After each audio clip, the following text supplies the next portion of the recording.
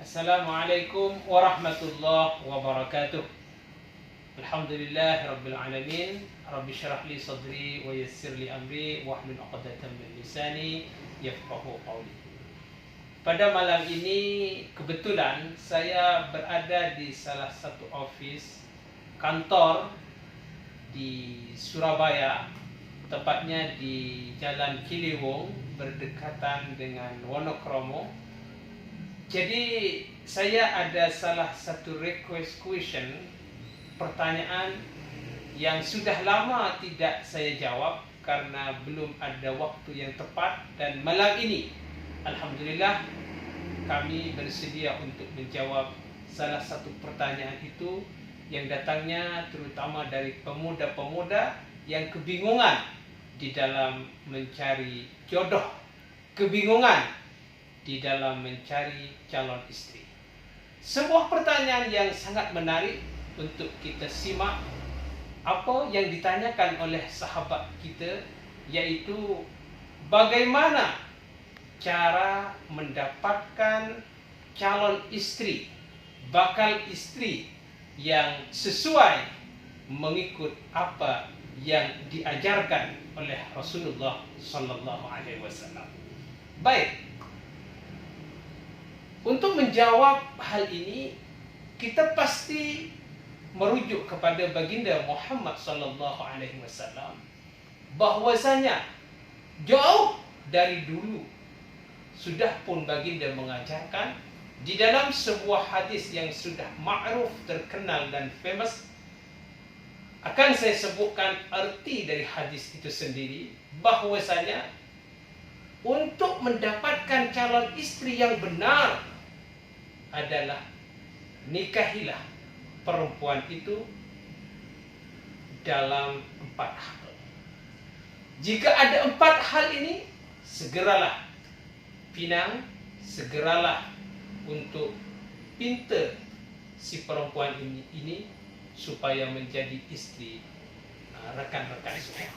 Yang pertama, apa yang baginda ajarkan, walaupun mungkin secara susunannya tidak sesuai, maksudnya tidak tepat ya susunannya, tetapi saya akan coba untuk menjawabnya satu persatu.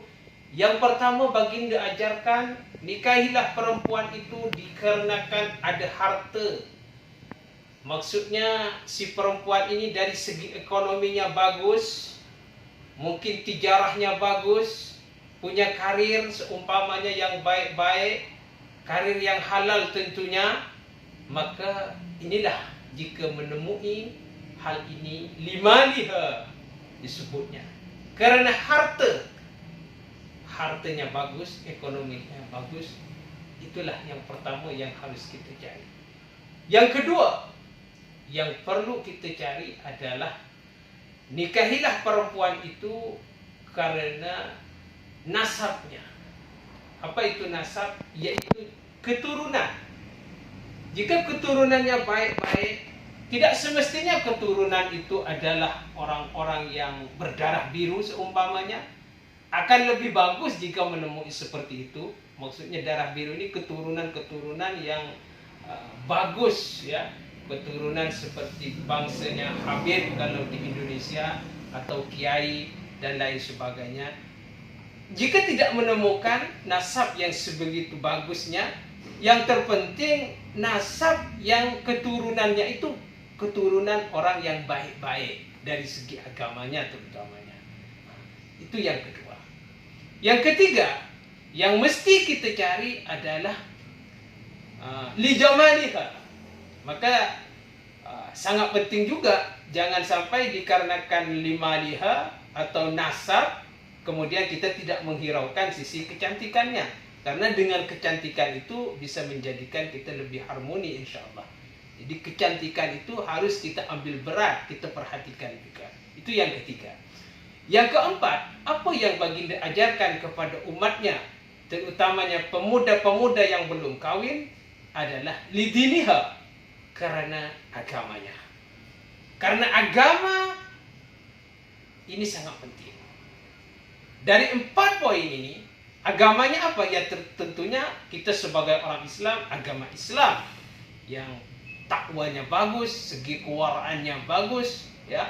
Maka jika menemui 4 perkara ini, yang pertama adalah sebutkan hartanya, keturunannya, kemudian kecantikannya, dan yang keempat karena agamanya, segeralah pinang dan kawinlah si perempuan.